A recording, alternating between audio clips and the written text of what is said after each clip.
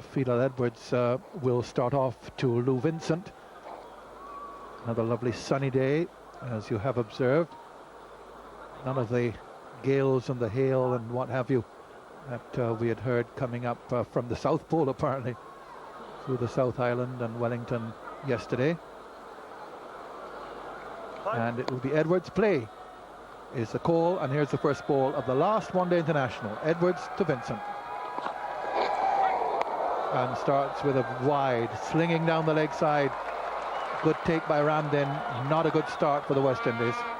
Didn't bowl a wide in any of his 10 overs in Napier. That wonderful spell by Edwards, and now he starts with one.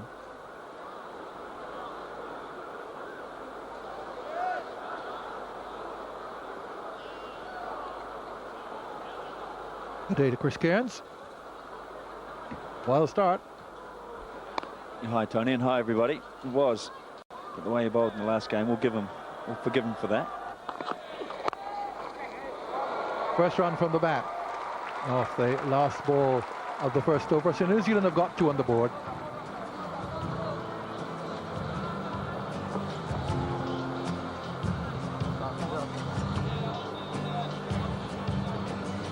Bradshaw, an experienced campaigner, but a late comer in the West Indies team. Still to play a test match. Rated very much a one-day specialist up until now.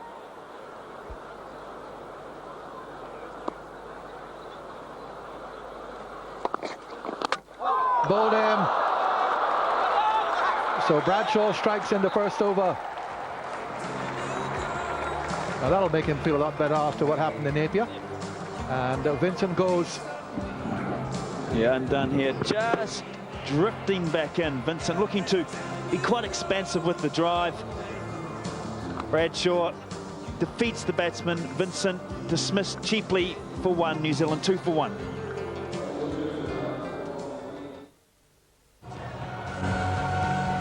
Nathan Astle comes in a lot earlier than he would have liked with the dismissal of Vincent to the third ball of the second over. Astle has been in tremendous form in this series. Started with a 90 in Wellington, got 100 with those 3 sixes off the last 3 balls of the over from Chris Gale at Jade Stadium in Christchurch, and here he is now. 212 one-day internationals. Been around a long time, Nathan Astle. Bradshaw with the early wicket.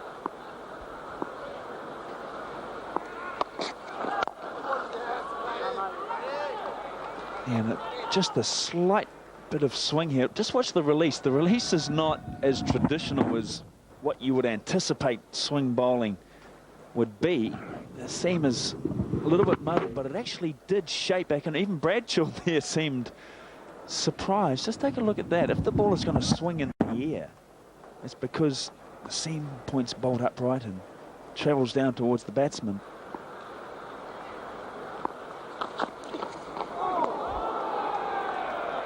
Good stuff again from Edwards. West Indies will be really encouraged with the test series coming up. The improvement in the form that he's showing. Yeah, this is nipped back viciously.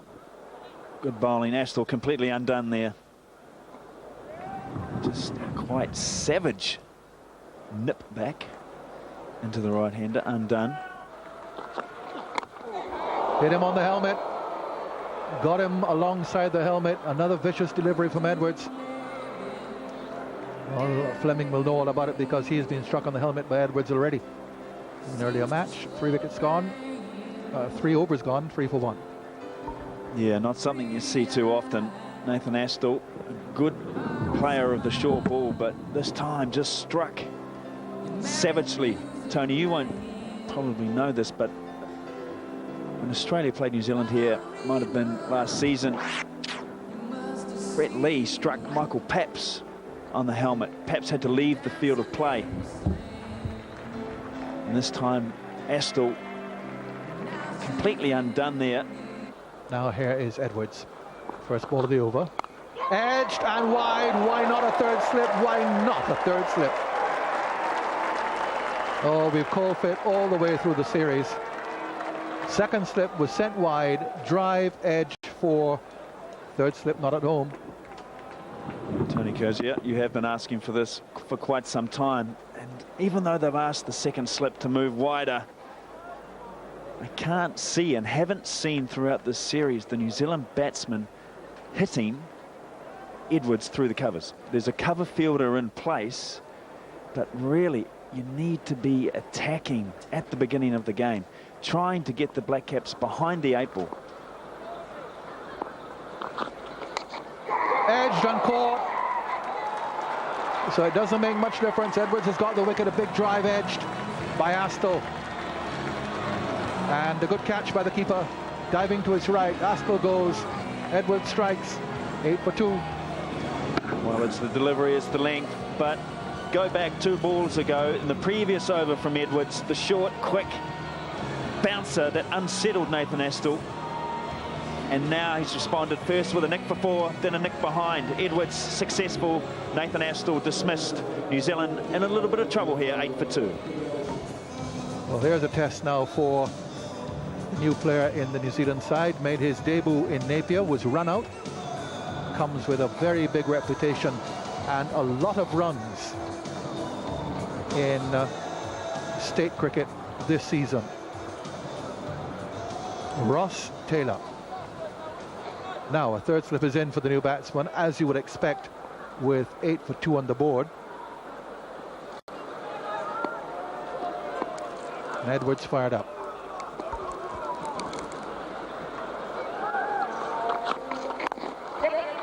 Neatly played. Neat stroke. To get off the mark, no bother at all for Taylor. Gets him going. Now, this was the delivery at the end of the previous over Nathan Astle faced. This was the first ball of the new over from Edwards, and then this is the dismissal. Good fast bowling for Dale Edwards. As I said earlier, hadn't been that lucky on the tour, but here displaying good control, good aggression, good pressure, rewarded with the wicket. Great fast bowling. Lovely shot for 4. As Chris Kears was saying, full of confidence.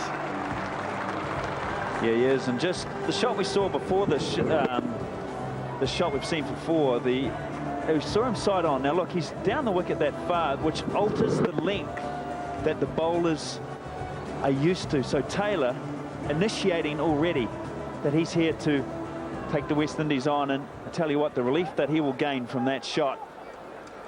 Beautiful execution. Over the top, deliberate shot 4. Well, he isn't coming in there to mess about, as Ross Taylor. He's come to assert his authority. Yeah, he has such fast hands. The bat speed that's generated allows him to get away and have the confidence to play these strokes, because he knows even though he half hits the ball or mishits the ball, it's still going to carry the infield. And you'll see there, that hasn't hit the middle of the bat by a long way, and yet still carries over. He has the confidence to play that way, has the strength and the power. In the air, down towards the third man, and dropping just between the fielders. Lucky for Taylor. Perhaps a little bit injudicious. Lucky to get away with it. 20 for 2. Yeah, Ross Taylor trying to repeat the stroke that he played the ball previous, where it went for 4 this time. Luckily went for 1. Miscommunication there between the West Indian outfielders, but Taylor still there.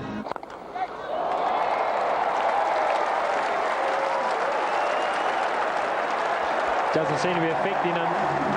Takes a while to get used to the angles of this park. Taylor seems to be into it straight away. What do you say if you're Stephen Fleming? What do you say to him? I mean, you can't stop him. You can't say just tone it down, because then you'll get into a situation where at half play shots and get himself out caught in the inner circle by not following through. I think you've just got to let him flow, as they say. Will he be very nervous? It's a completely different scenario has come into bat as opposed to his debut in Napier. He'll be pumped up, that's for sure. Oh, smash through cover point. Ross Taylor walking into the shot almost. So 2 boundaries off for Dale Edwards. This is exciting stuff. Oh, this is a glorious shot from the youngster. There was a little bit of width for him, but he's just kept his weight perfectly. Hit through the line of the ball, hit it on the top of the bounce. Placement outstanding. Look at the weight going through that delivery. Gee, this boy is exciting.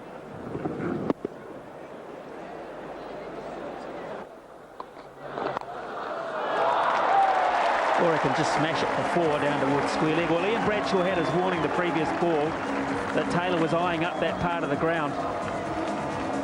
So Ramden's decided he's going to call for the helmet to stand up, which means Taylor will bat the back bat a wee bit more in his stance. Maybe you have to stay at home some more. So they're going to throw a bit of pressure on him from behind by the looks of things. And Taylor was so quick through the ball there. That wasn't a bad delivery from Jerome Taylor. I'd be standing there with my hands on my hips in the middle of the pitch as well, wondering where the heck that shot came from. What did I do wrong, he says. If you've been watching a bit of domestic cricket this summer, you would have seen Taylor play this shot on a number of times. What he looks for is the length into the wicket, and he's just got the ability and the hand speed to just swivel and belt it away through mid-wicket. Yes. Quite special, wasn't it? Worked away from Stephen Fleming to the short side of the ground. That won't be run down. Good batting. Very good batting here from the New Zealanders, fighting back.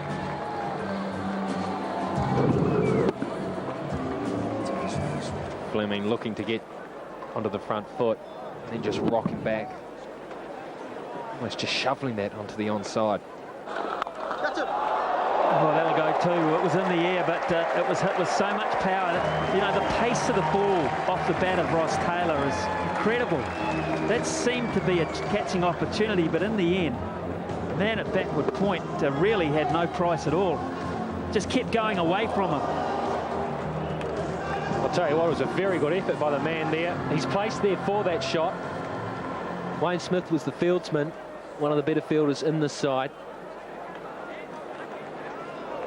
Just lacking a little bit of control on the shot, but really slapped it.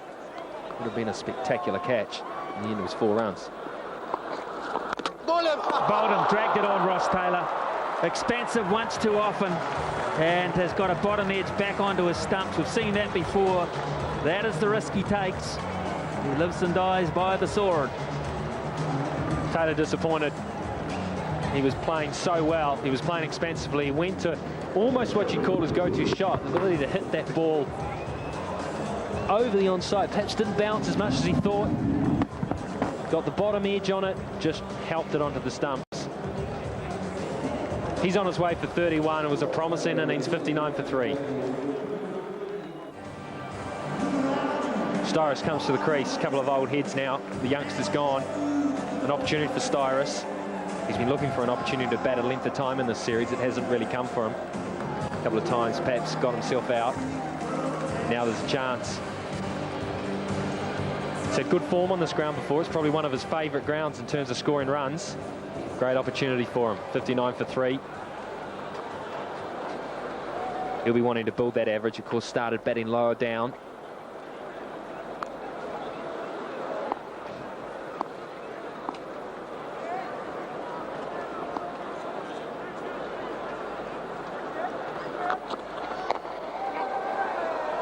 Could be a little bit of bat in that for Fleming. Here's the wicket, and I think Ramden says it all. No need to commentate it. He was doing the job. Bowled him, he said. He was dead right. Bradshaw's in this game and doing well.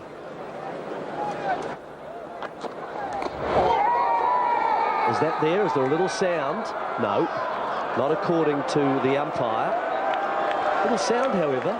Well, I think there was, Jerry. And this will make for interesting viewing, this replay. Styrus has got into the pull shot. Let's see if it carries through to wicketkeeper. Well, maybe not.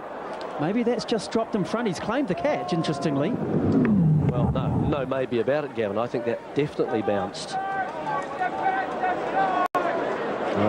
I thought that as that slowed, yeah, there's certainly a sound, but as it slows there, that drops. That's hit the turf.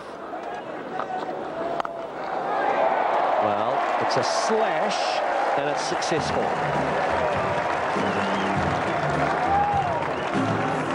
Actor's talent here, Scott Styris. He's got a big part of this too. Too wide from Taylor. Gets dispatched through backward point. It's a pick-up stroke, and he's picked it up well. Started it on the legs, perhaps hoping that the ball would go across Fleming. Just picked it up and flicked it over square leg. Oh, great signs here from Fleming. He looked good at Napier, played some big, bold, expansive shots down there. He's been a little more reserved here today with the loss of the early wickets. But that's a good sign to me that he is really seeing the ball well. Big stroke, 4. Went quickly. Went quickly and will give Scott Styris all sorts of confidence, I'm sure. That's his best shot of the day. He's weighted nicely. He's punched it through mid-off for 4. Good shot, good strong shot.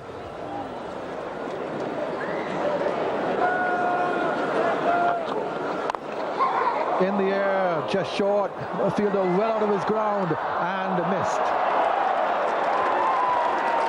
Taylor couldn't get back in time. Long time for Dwayne Bravo to have a look at the stumps. Fleming was gone for all the world. And he's fuming with Styris, because Styris, having played it in the air, sort of started to come and then sent Fleming back, and Fleming was high and dry and said, well, if you can hit him, you can have him. There's an opportunity, really. Look at it. His first look is straight back to Styris, Stephen Fleming. That's gone through, but not by much. Fielder did get the left hand to it, and will come for a couple. Styris is just not timing the ball at all.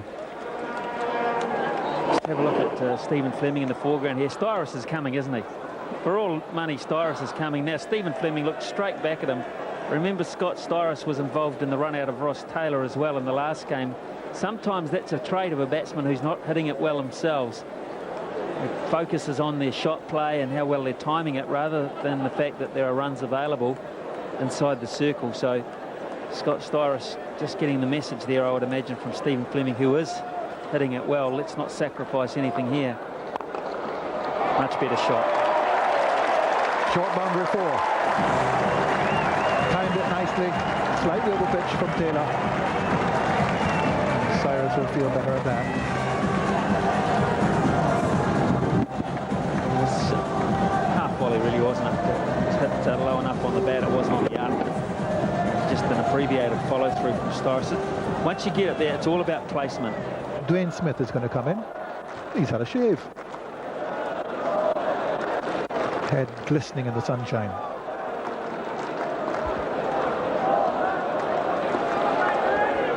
Medium pace. Well caught. Very good catch by Ramdin.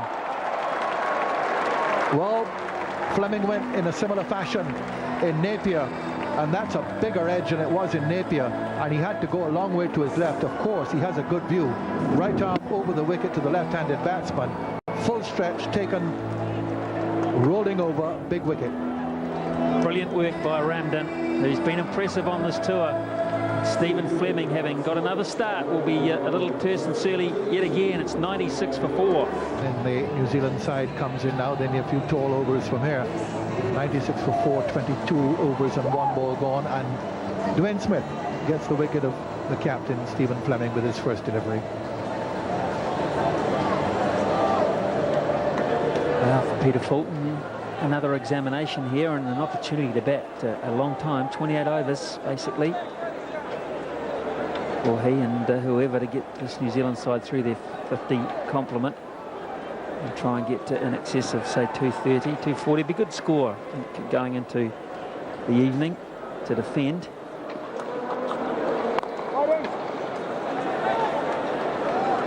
He just is one of those players, Dwayne Smith. He makes things happen. They happen for him. It wasn't a great delivery. Other players that would have gone for 4, but he just has a bit of a golden quality about him. It's the same with his batting.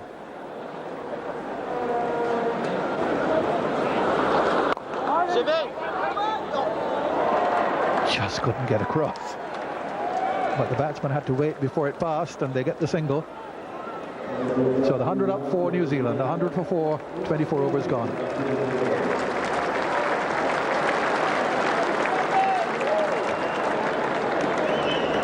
And we do feel this match is really going to be defined in this little period here with these two slower bowlers operating. Down the pitch, Styrus, high in the air. It should be taken. Oh, he's put it down. Unbelievable. Absolutely unbelievable. Well, there's a smile. Oh, my words. Well, you wouldn't pick this. Chris Gale, excellent fielder. Seemed quite a simple chance.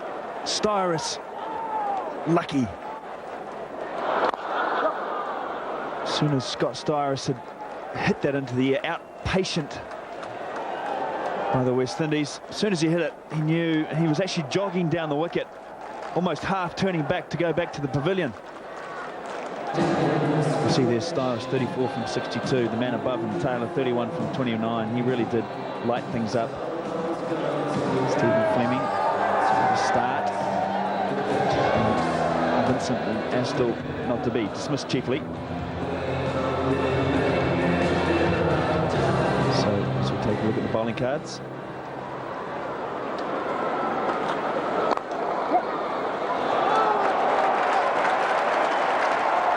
Good timing. Peter Fulton, this will test the boundary fielder. He's done a good job too. They'll scamper through for 3. Good job. Those are your boards, I think, Gav. He's just demolished himself into. So we'll have a look. Good fielding. Taylor, Jerome Taylor, West Indian fast bowler, showing his commitment. Wavell Hines almost having a chuckle, I think, at the fact that he's just run into the National Bank banners.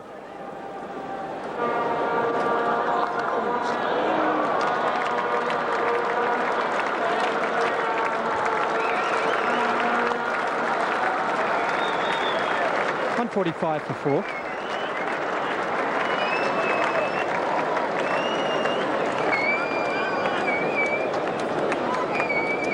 Well, the ripple of applause around the ground, in fact, was for Scott Styrus' 50. Almost anticlimactic, isn't it? It's been a good dig too from Styrus. Just the 3 boundaries. He's worked very, very hard. He's struggled to find his timing. And he has dug real deep. Got him. Holds the catch this time, Chris Gale. That's a good catch, tumbling away to his right. Peter Fulton pays the price for playing an aerial shot through mid-wicket. And Wavell Hines in his first over strikes. Yes, and this delivery just holding up. As soon as Fulton realised he had played aerially, knew he was in trouble, and Hines, as we predicted, would come on to bowl, and he's made the breakthrough on a slow surface. So Peter Fulton gone for a promising 19. New Zealand now 146 for 5. New Zealand in a spot of bother at 146 for 5 as Hamish Marshall arrives in the middle. 55th one-day international. Healthy average, just a shade under 31. 11 50s and 100. Tough old series this has been for Hamish Marshall. It's been tough old times, in fact, over the last year. He's a quality player. And he arrives with plenty of overs to play with today.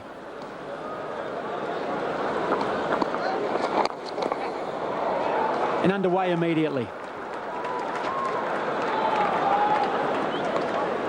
Just the lack of pace here has undone Fulton. It's just drifted in, and because the wicket almost absorbs the ball, and so when it does that, the batsman gets through the shot, and hence the aerial side of things. Fulton knows that he could have maybe just looked to have gone straighter with that one. Now, what will Marshall do here? Will he get across again? Oh, he's played one through slip area, playing a bit of a drive at it. Darren Ganga does the collection work, and he's going to get 3, Marshall. Little bit of good fortune about it, but of course at this stage of an innings. And he obviously felt the pressure. Can't expect to slip there in place at this stage of the innings. Starr strikes that firmly. And it's a partial stop and a good stop. A couple more. Yeah, it's interesting, isn't it, that of course as soon as he starts to go back over the wicket to Starrs, there's the poor old man at backward point. He wasn't in quite far enough to prevent it from Marshall's batting, where he just sort of noodled it down in front of him. So he stays in perhaps a little bit, then he bowls one on the angle to Starrs and it gets smashed at him.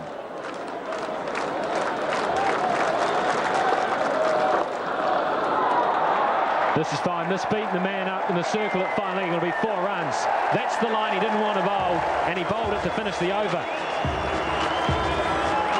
184 for 5. Taylor may not bowl his remaining 3. That's brilliantly bowled though, and he proves me wrong, and he does it with astounding degree of skill. A Yorker, which has Marshall's wicket. And Marshall looked to me as if he was trying to run that down sort of into that third man area. It was straight and full, just pitching perfectly, tailing in towards the stumps, and no wonder he's pleased with that. Just the sort of delivery you want at this stage of an innings. So Marshall, who's come in at number 7, he's batted on a lot of low positions here, gone for 19, 188 for 6.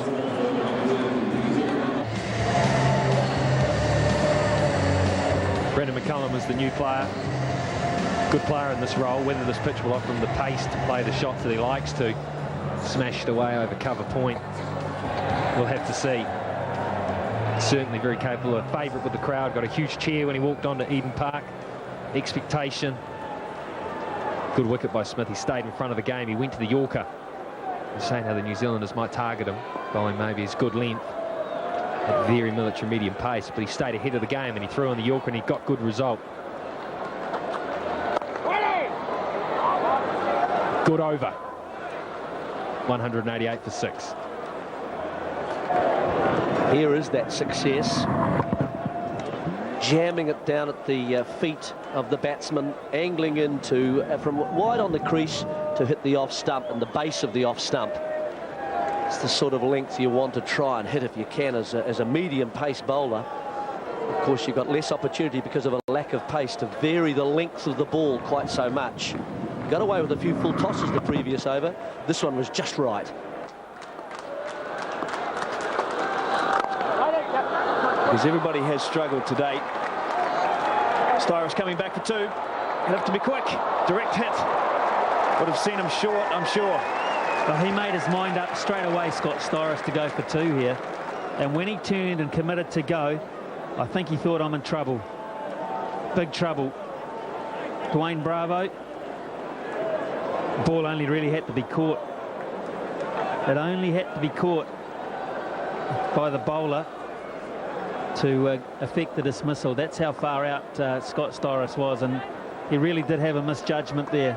What's a good score? What's a good score on this pitch? I think 230.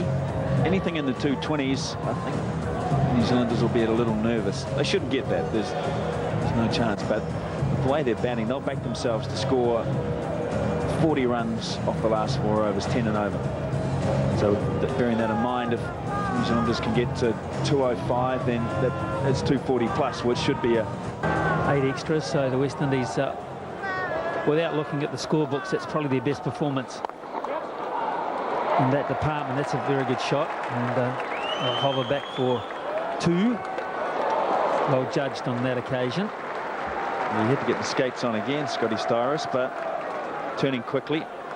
The New Zealanders are aware as soon as the ball goes off the bat, generally it's the striker of the ball that will communicate. So either say a 1 or a 2. So his partner or non-striker make sure they has to run quickly. Well, that's a great shot. It's a beauty, in fact. The timing there was good enough to almost clean out Scott Styris, to bring up the 200, to pierce the field. McCullum looks a little dangerous. Yeah, he does, and on a wicket which we keep talking about as slow, this shot here just defies everything. And you must thank Scott Styris there for getting out of the road. Styris evading that like a quick bowling delivery. Great catch, really well done, yeah. He tried the bluff, Brendan McCullum, but Tony Hill was up to it. Standing up to the stumps, Smith's got another wicket, and it's a key wicket too. Yeah, after displaying a wonderful shot down the ground, this time McCullum looking to try and work the ball down to third man for one. You're right, Smithy, just trying to bluff the umpire there, but Tony Hill, he was up for that. He knew there was no way that it was anything other than an edge, and New Zealand lose the dangerous Brendan McCullum for 10, now 200 for 7.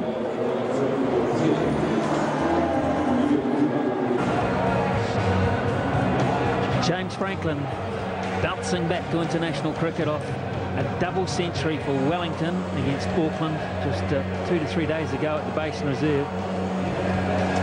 Seem a long way away from this stage where he's got 5.5 overs to make an impression, but he's got to be a bit careful. New Zealand are running out of money in the bank in terms of wickets, and they've got to bat their full 50 and still get some late runs that you'd imagine to get through to 230 plus. So it's a dicey situation, but confidence-wise, he should be very, very pleased with the way he comes into this match with blade in hand.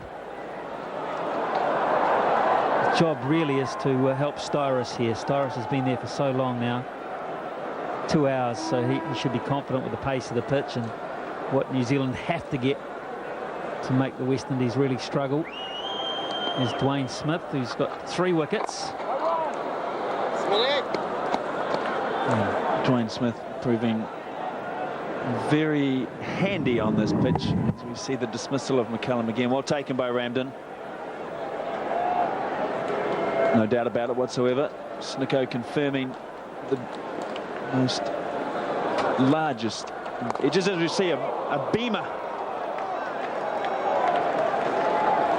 Well, that's a no ball. I don't think there's any malice in it. Just a little acknowledgement from Smith as he walks past Franklin. Just a sorry, mate. Well, it's a mistake, isn't it? It's a bonus ball. They run one off the face of the bat. Franklin gets off the mark and away from strike, and Ramden thanks his lucky stars. Franklin got the bat in the way. Yeah, you're right. Ramden was rather curiously placed. Oh, go on, Billy, go on! Yeah, it wouldn't be a nice place to be as a wicketkeeper with a delivery like this, and just keep your eyes on the wicketkeeper. Oh, nasty. There you go. Sorry, mate. Trying to get the ball in the toes.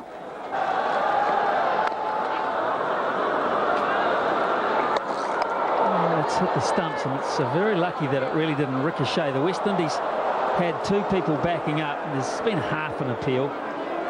Daryl Harper, the Australian visitor, is 99% sure that he's got it, the call right, but there's that 1% that makes umpires change their minds these days, and he's right, in by a 1.5 foot. West Indies were lucky it didn't deflect more and go for 4 extra runs. Yeah, absolutely. Quite a contentious rule, that one, in cricket. Should a good piece of fielding be, I suppose, or should 4 runs be given for a good piece of fielding? In effect, it would have been 5.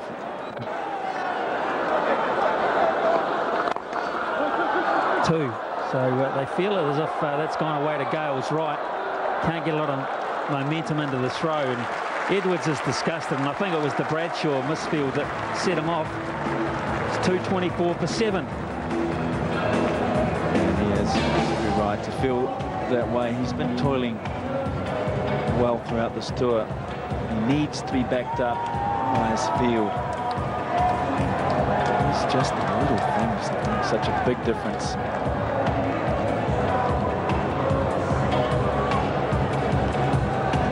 An increase there towards the latter part of the innings, although kept in check. now by the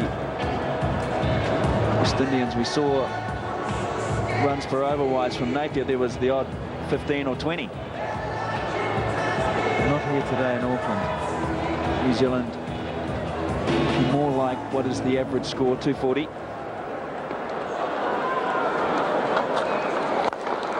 hit solidly and out. Should be out. Is out. What a catch in the end by Jerome Taylor. Plucking apples off the tree.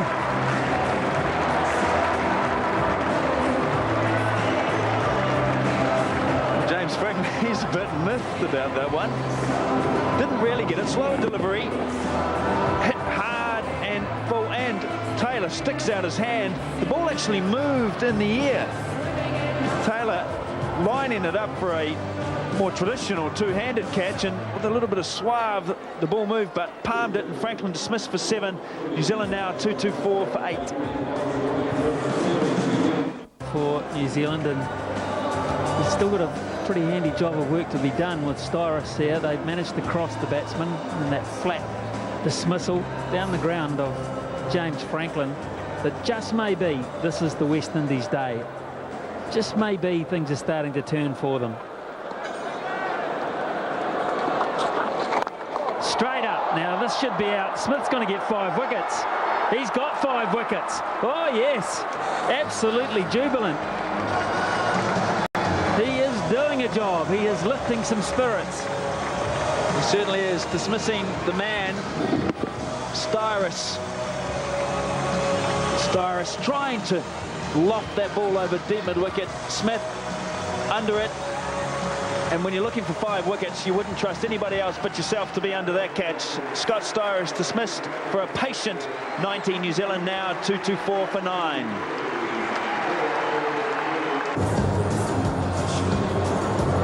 Lucky last, Shane Bond. Strike rate 77. That's pretty good for a number 11, isn't it? 224 for 9. Still 10 deliveries left for New Zealand to play with here. They still need to get 224 plus. There's a hat-trick in the offing. And Kyle Mills denies Dwayne Smith a bit of further glory, but he's got 5 wickets. Dwayne Smith, he picked up Franklin with a freakish catch by Jerome Taylor. Marvellous piece of work that, and then Styrus, the eyes lit up, but the timing wasn't there. Now, Chris Cairns, I'll give you 2 deliveries, right? 2 deliveries. Only one player has 5 wickets before in one-day internationals for New Zealand against the West Indies before. Okay, one West Indians player has got 5 wickets before. Tony Cozier knows, no clues. 2 balls you've got. Malcolm Marshall. Incorrect. Go again.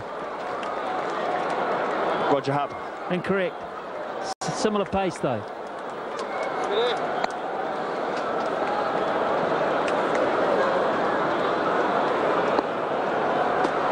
Put me out on misery. Rightio. You nailed him at Lord's.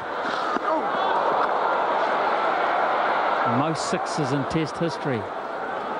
Vivian Richards in Dunedin. Dunedin, that's right. And he scored 100, I believe, as well. 227 for 9. 1 over to go. So for Prime viewers, leaving us now, Prime Television viewers, our partners, they're going now for the news, and they'll be joining us at 6:10 for the second innings, the West Indies run chase. So Dwayne Smith joining the man, Vivian Richards. Actually, I did think he scored it. It was one of the only times 5 wickets and 100 have been scored on a one-day international. Dwayne Smith showing that it's not all fire and brimstone that's required to achieve the pinnacle in bowling. 5-wicket bag. So now New Zealand with just 1 over to go. I said before there'd be no way they'd finish in the 220s. The West Indies have the opportunity to make that a reality. Kyle Mills, we know his hitting exploits. That's 5 or 6 for his domestic team, as a lot of these New Zealand batters do. They do bat higher in their domestic outfits. So Mills, Woods storming in. It's full and it's straight and it's a single, so 228. The good thing from the West Indies today is they have put together 3.5 hours of good cricket in a block. You know, they've had good 10 over, 15 over periods in most matches, but it simply hasn't been enough. Today they've put together a good block of cricket. Say that with 5 balls to spare. I mean, you know, some of these might go to the boundary, but from their point of view, they have put together an innings in the field, by and large.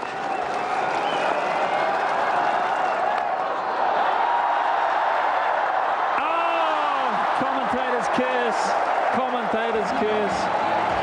Darren Ganga. Well, Joe Stanley looks on. Famous New Zealand All Black. And Darren Ganga had the opportunity to wrap this innings up and dismiss New Zealand for 2-2-8. But it's the fact that they're still alive. There's still 4 more deliveries to go. They're now at 2-3-2. Just when you think the West Indies are going to cross that line, they don't. Each time it seems to be occurring. Edwards, can he finish the innings? No ball. So, you know, it starts to compound a wee bit. Gee, I feel for this kid. He has done a superb job throughout the series, and he's been punished there by Daryl Harper. I mean, if you're a bowler and you look at that, give me a break, pal. I've just had one dropped on the 3rd man fence. I'm overstepping by 0.5 millimetre. You did me for a leg by about 2 overs ago. I had to bowl an extra ball. You called it a wide. 4 wickets in the series. How many chances have gone down off him? And how much better has he bowled than his figures have suggested? He deserves that. He deserves it. That's comprehensive. That's beautifully bowled, pinpoint accuracy, no great joy because he feels just a little dejected. That is great, that.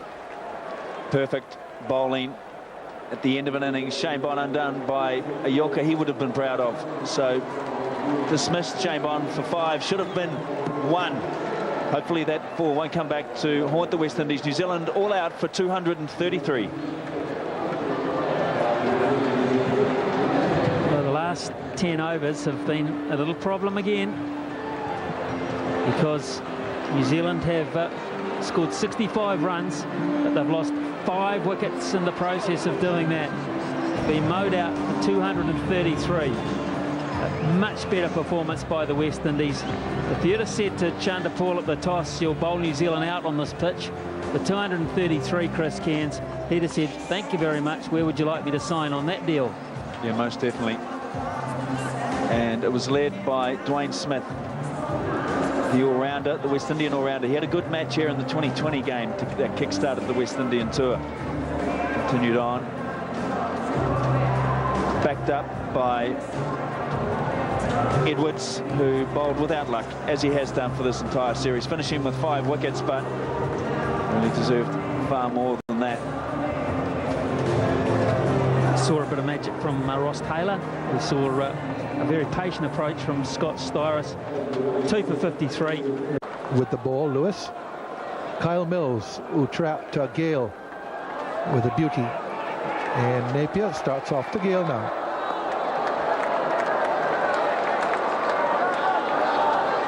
Well, there's 230 odd required here.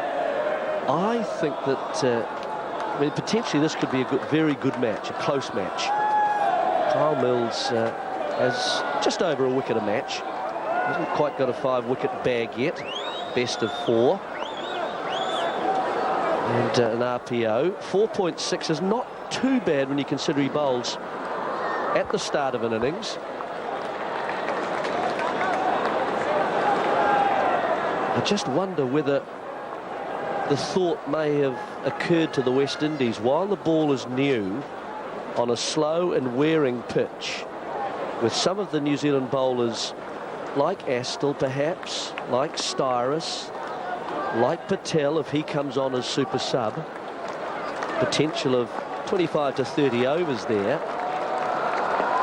that they might like to use the fact that the new ball is a bit quicker on this surface and play expansively at the start and be prepared perhaps to lose 3 or so wickets. It might, and in the process, accelerating the rate.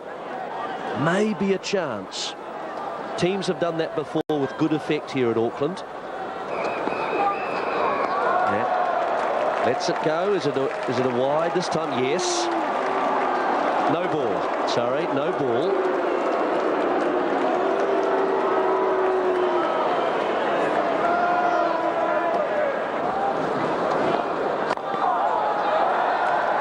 And the first run from the back. Just the push on the onside.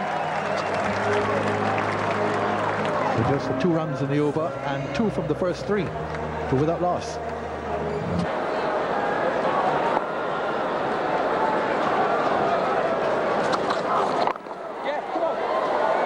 Well, the thing with Gale is that his natural game is attack. And you very rarely see Gale as reticent as this. Scored a lot of runs, a lot of hundreds, 11 he's had in one-day internationals. Coming up to 4,500 runs in ODIs. Gale not ready.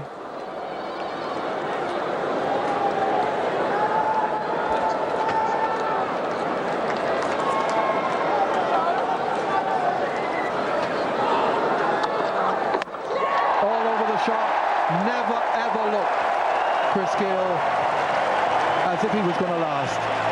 Shadow of himself, Chris Gale. He's had a horrid series, and it ends now with the stumps shattered and the West Indies losing their first wicket for 6. Well, I mentioned he was bowled in Queenstown by the leg stump. This one is off stump, and because again of the lack of movement of feet, he's left just stranded on the crease, and the hands search for where the ball is. He's missed this one. Gale's gone, and after 6 overs, it's 6 for 1.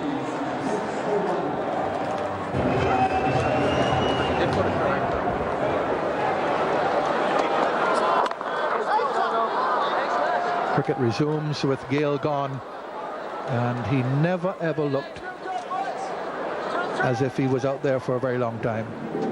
He's got himself into a defensive state of mind, looking to try perhaps and last. He presses forward a little bit more there, but look, the feet hardly move around that popping crease at all. Never kind of gets in line, so the ball's just coming towards his body and just fishes away. Edge dropped. High to second slip. Big drive by Morton. Gets a single. Lucky for him. Cyrus usually in that position. Bit of width. Morton goes hard, and it goes quickly also. Parts the hands. Took one very similarly to dismiss Ramdin in Napier. Cyrus on that occasion was at first slip. He's second now. Look at a quick single. Vincent's very quick. Brilliant. Now just keep your eye on Lou Vincent here. He actually goes to his wrong side and picks it up, reverse cup. How quick is he to get up off the ground, balanced, and he would have been out. Ganga all but hitting the stumps. Lou Vincent. Now that's the standard the Black Caps will be looking to reach, and what they demand from each other.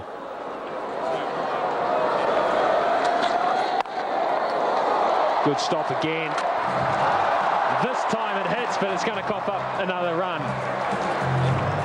It was brilliant, but unfortunate. 10 for 1.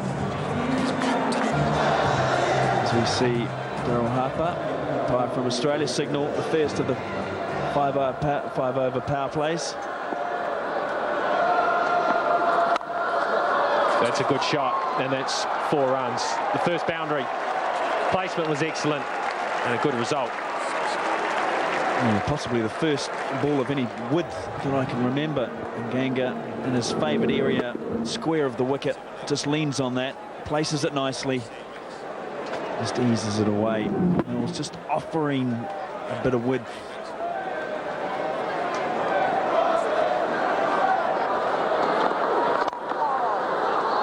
This time going through the onside. This could be a test for the fieldsman. It's one of the longer boundaries Eden Park.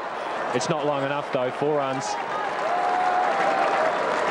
The bailout shot for Darren Ganga.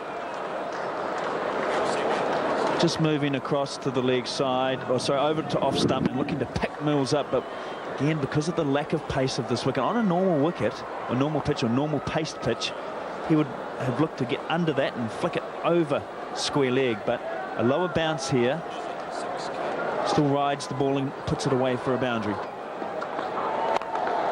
Oh, good shot. It was over pitched and bashed down the ground. 22 for 1. Franklin doesn't get away with one there this time. Bowled him! Oh, he went nowhere there, Ronaldo Morton, and because of it, he's coming back here. Well, when you start losing the shape of your shots, I just wonder when we see the replay of this, where is he trying to hit this leg side? A little step, not really much at all, and doesn't really decide where he wants to go. The length was better from Franklin, and it certainly was on target. Takes the bat with the holes in it by the look in the bat, and heads off to the pavilion. So Morton's gone now.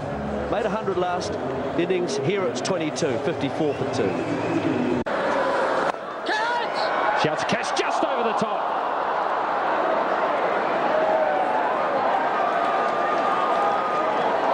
What a night for Vincent. What a frustrating night for Vincent. He's everywhere and he just can't get that wicket. Oh boy, he's in the middle of the radar at the moment, isn't he? He's been diving around so much. I think he's broken the drawstring on his trousers. Oh, this is well played, but this is straight down the man's throat. Mills has got it. The 3rd wicket's down. Black Caps will feel they deserved that. It was a poor shot. Pick the man out.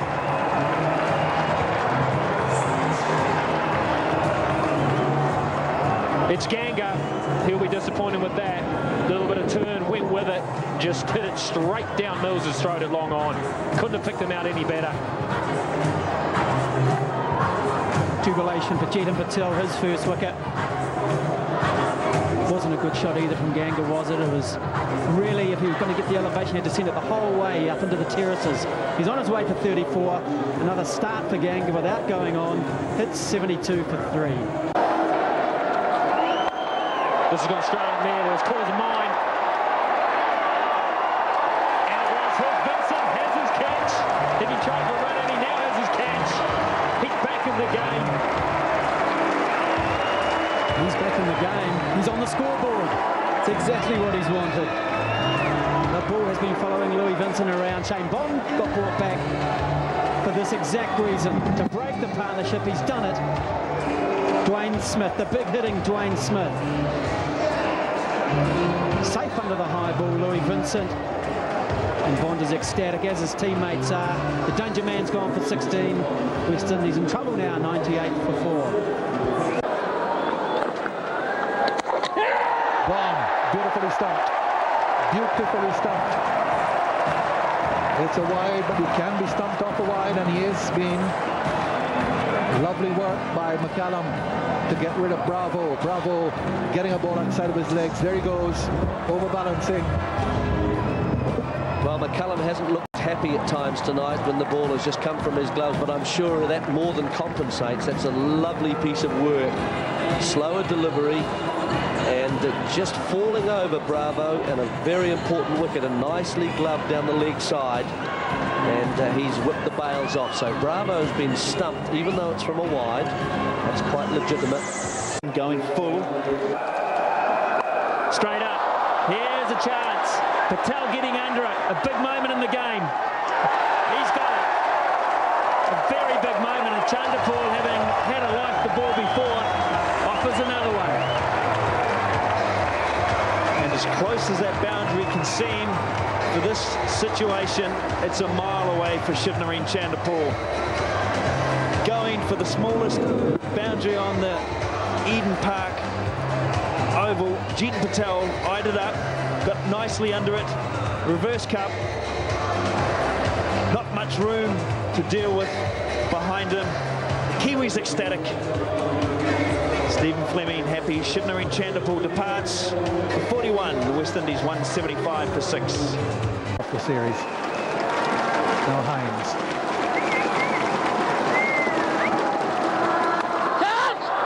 It's gone through.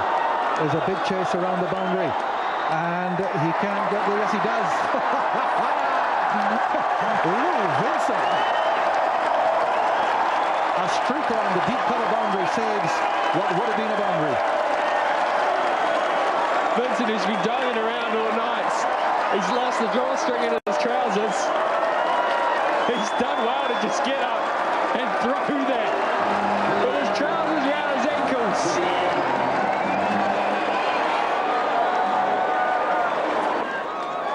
So just the 4 runs required.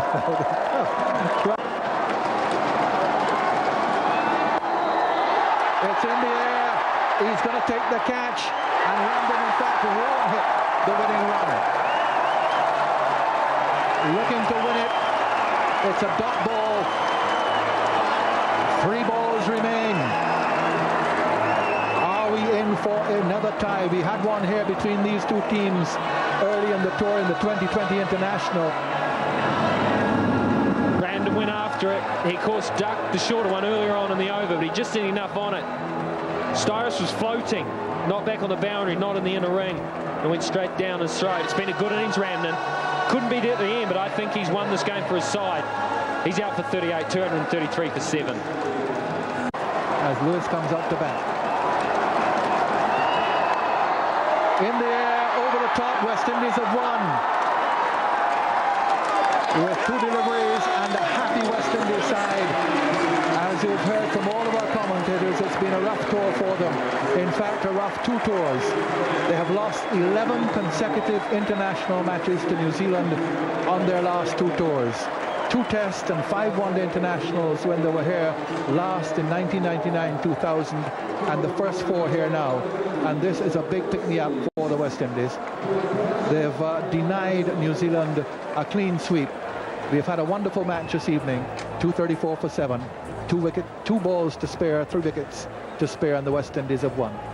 Well, it looked tight in the end when you consider they only won the match with 2 balls to spare, the West Indies, but you had the feeling about 3 overs out they had the situation in control, because Ramden with 38 from 26 and Hines 40 from 41 had done a sterling job for them, you have to say, and really turned the balls remaining and runs required factor in the West Indies' favour. That was after a very slow start, of course, where Gale and Ganga only had accumulated 10 runs for 1 wicket in the first 10 overs. But there was a number, of course, of very good performances without major contributions, and that's what you need in a run chase of a moderate total. Good partnerships throughout, and the West Indies were able to do that. No real standout performances, although Ramden's was a beauty at a crucial stage. And New Zealand only conceding 3 extras. That was a very good point that they can take away from this. But they haven't won the match, although there was solid performances. 1 for 37 from Mills, 3 for 32 from Bond, 1 for 38 from Franklin. His comeback over was a tad expensive, and that sort of turned the match a wee bit. 1 for 58 from Patel, couldn't do the job, but under pressure tonight. New Zealand may well have missed Daniel Vettori on the surface. Who knows? 1 for 42 from Nathan Astle, which is his 99th one-day international wicket.